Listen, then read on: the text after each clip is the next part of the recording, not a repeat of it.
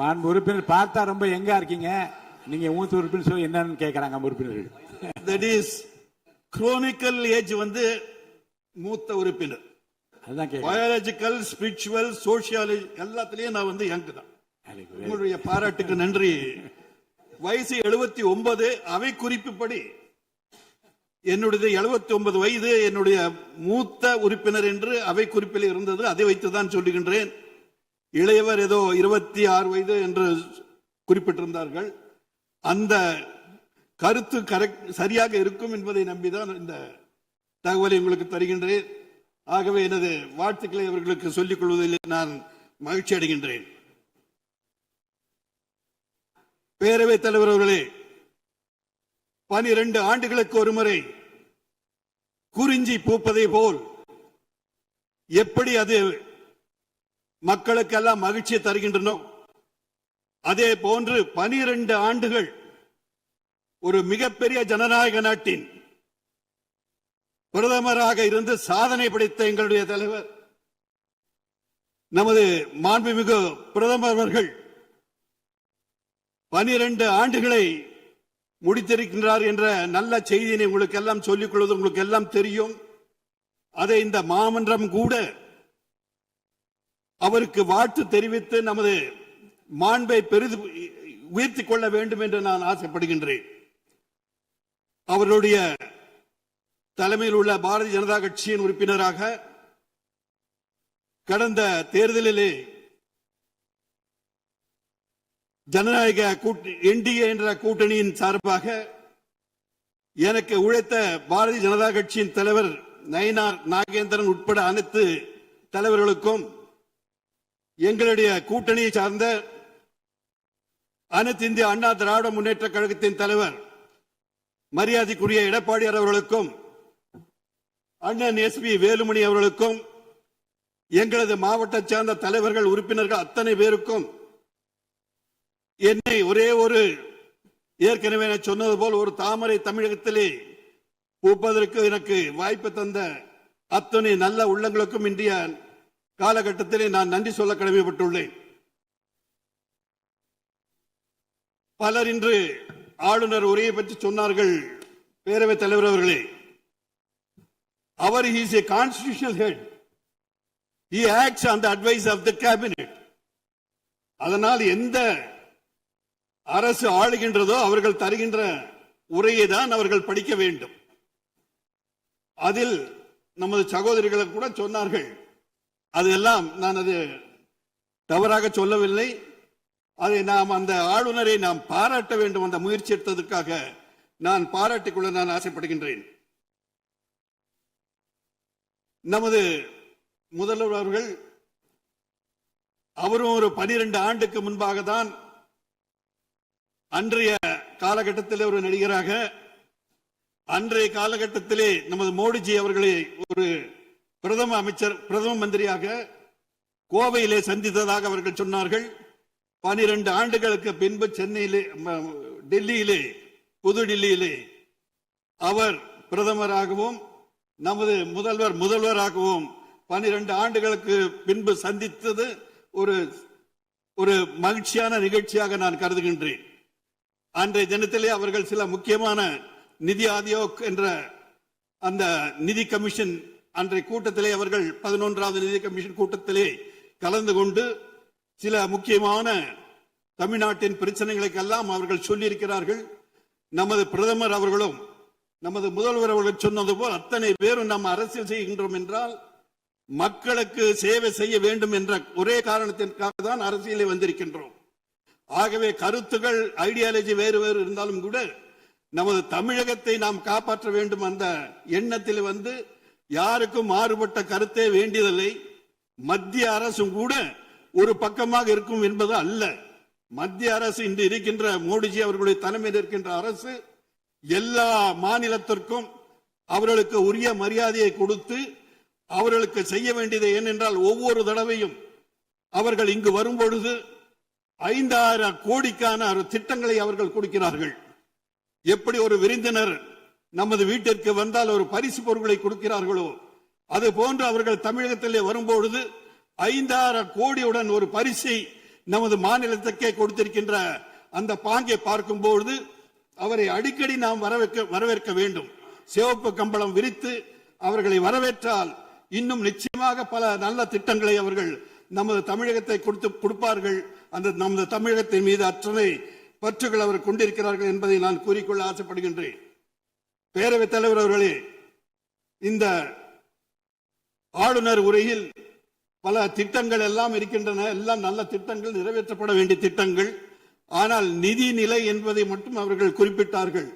நிச்சயமாக நிதி நிலை மோசமாக இருந்தாலும் கூட பல்வேறு பெரிய பெரிய கன்சல்டன்ட் எல்லாம் வச்சு அந்த நிதி ஆதாரத்தை எல்லாம் பெருக்கி நமது மக்களுக்கு நீங்கள் என்னென்ன வாக்குறுதிகளை கொடுத்திருக்கிறீர்களோ, இன்று பயிர் விவசாயிகளுடைய பயிர் கடன் எல்லாம் 75,000 வரை நீங்கள் நீக்க வேண்டும் என்று சொல்லியிருக்கிறீர்கள். ஆனால் ஏற்கனவே வாக்குறுதி நீங்கள் கொடுத்திருப்பது முழுமையாக நீக்கி தருகின்றோம் என்று சொல்லியிருக்கிறீர்கள். அதற்கெல்லாம் நீங்கள் முயற்சி செய்து நிதி ஆதாரத்தை நீங்கள் பெருக்கி விவசாயிகளுக்கு உதவி செய்ய வேண்டும் என்பதை மட்டும் நான் சொல்லிக்கொள்ள நான் ஆசைப்படுகின்றேன். இவர்கள் பலரும் சொன்னார்கள், இணக்கமாக இருக்கின்றார்கள் என்று.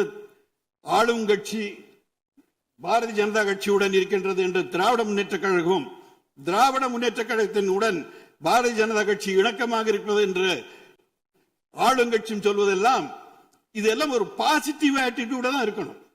எதுக்கு அது நேர்மறை எண்ணங்களாக நாம் எடுக்காமல் எதிர்மறை எண்ணங்களாக நாம் இணக்கமாக இருப்பதுதான் நல்லது. குளோபல், அதாவது நம்ம வாசுதேவ குடும்பம் என்று நினைக்கின்ற எங்களுடைய கட்சி எல்லோரும் இணைந்து செய்ய வேண்டும், எல்லோருக்கும் இருக்கின்ற மொழியிலே நாம் செய்ய வேண்டும் என்ற எண்ணத்தை கொண்ட நமது கட்சி. ஆகவே இந்த ஒரு இணக்கமான நீங்கள் செய்ததுதான். நமது வருவாய்த்துறை அமைச்சர் அவர்கள் டெல்லியிலே சென்று அவர்களுடைய நமது பிரதம மந்திரி சந்தித்தார் என்று தெரியவில்லை. 1000 கோடி பேரிடர் நிதியை தந்தார்கள் என்ற ஒரு நல்ல செய்தி எல்லாம் சொன்னார்கள். இணக்கமாக இருப்பது என்றது நியாயமான கோரிக்கைகளுக்கு மத்திய அரசு என்றும் நிலையாக நிற்கும் என்பதை மட்டும் சொல்லிக்கொள்ள ஆசைப்படுகின்றேன். இந்த மேகதாது விவகாரத்திலும் கூட சிலர் எல்லாம் திசை திருப்புகின்ற மாதிரி பேசினார்கள். எந்த காலகட்டத்திலும் ஏற்கனவே சிலர் சொன்னது போல், நமது அமைச்சர் எல்லாம் சொன்னது போல், அந்த சுப்ரீம் கோர்ட் ஆர்டர் எல்லாம் இருக்குது, அதை டீவியேட் பண்ணி எல்லாம் பண்ண முடியாது. நிச்சயமாக மத்திய அரசு எந்த அரசுக்கும் அப்படி இருந்தா நம்ம காங்கிரஸ் கட்சி உறுப்பினர்கள் எல்லாம் உங்க கூட அமைச்சர் எல்லாம் கொடுத்திருக்கீங்க, அவங்கள வச்சு கூட you can use your good office. அவர்கள் எல்லாம் பேசி டி.கே. சிவகுமாரிடம் முதல்வரிடம் எல்லாம் பேசி செய்ய வேண்டியதை பேசுங்க.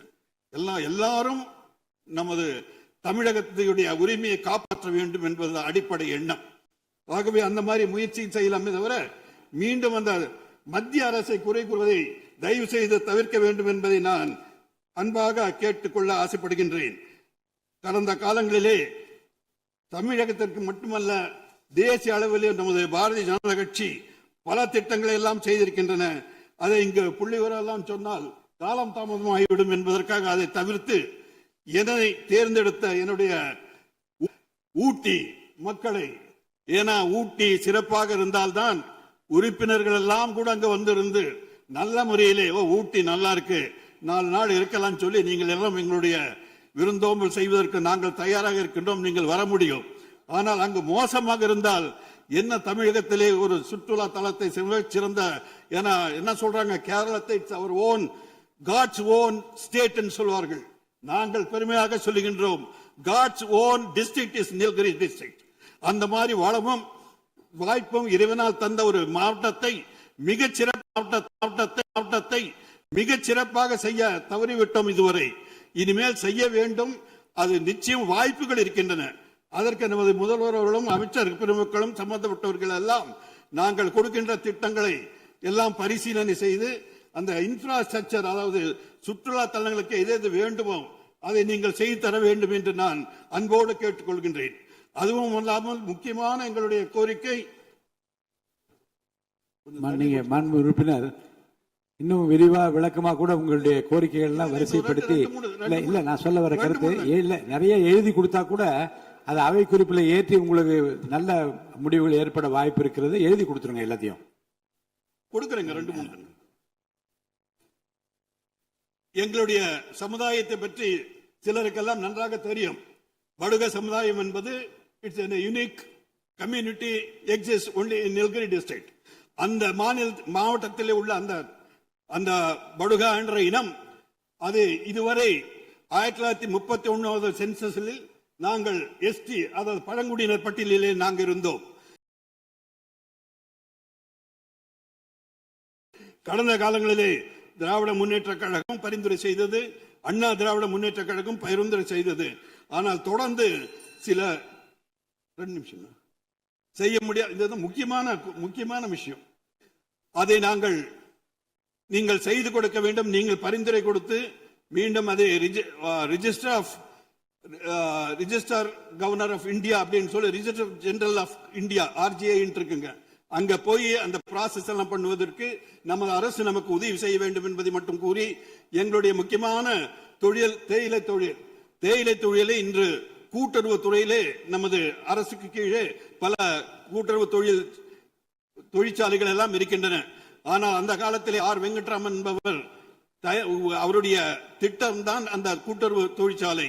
ஆனால் இன்று சரியாக நிர்வாகம் இல்லாதனால் தனியார் தொழிற்சாலை கொடுக்கின்ற விலையும் கூட இந்த கூட்டுறவு தொழிற்சாலைகள் கொடுக்க முடியாத ஒரு சூழ்நிலை இருக்கின்றன. அதை சம்பந்தப்பட்ட அமைச்சர் அவர்கள் அதை மனதில் கொண்டு எங்களுடைய சிறு குறு விவசாயிகளுக்கு நல்லதொரு விலை கிடைக்குமாறு செய்ய வேண்டும் என்று கேட்டுக்கொள்கின்றேன். சமூக நீதி என்பது எல்லோரும் பேசினார். ஒரே ஒரு வார்த்தைங்க, எல்லோரும் பேசினார்கள். இந்த சமூக நீதி ஒவ்வொரு கட்சி பத்தி பிரமாதமா சொன்னாங்க. நமது மத்திய அரசு 13 பழங்குடி அமைச்சர்களை வைத்திருக்கின்றது. ஒரு முர்மு அதாவது ஷெட்யூல் ட்ரைப் அந்த இதே நம்ம பிரசிடென்டா வச்சிருக்கிறோம். சோசியல் வெல்ஃபேர் அதை நினைக்கின்ற ஒரு கட்சி நமது பாரதிய ஜனதா கட்சி என்பதை சொல்லிக் கொண்டு இந்த நேரத்தில் எனக்கு இன்னும் என்னுடைய எது தேவைகளோ சகோதரி சொன்னது மாதிரி நானும் எழுதி உங்களுக்கு கொடுத்திருக்கேன் என்று சொல்லி இந்த வாய்ப்பை தந்த அத்தனை நமது பேரவை தலைவர் அவர்களுக்கு நன்றியினை கூறி வாழ்க தமிழகம், வாழ்க பாரதம் என்று என உரையை முடிக்கின்றேன்.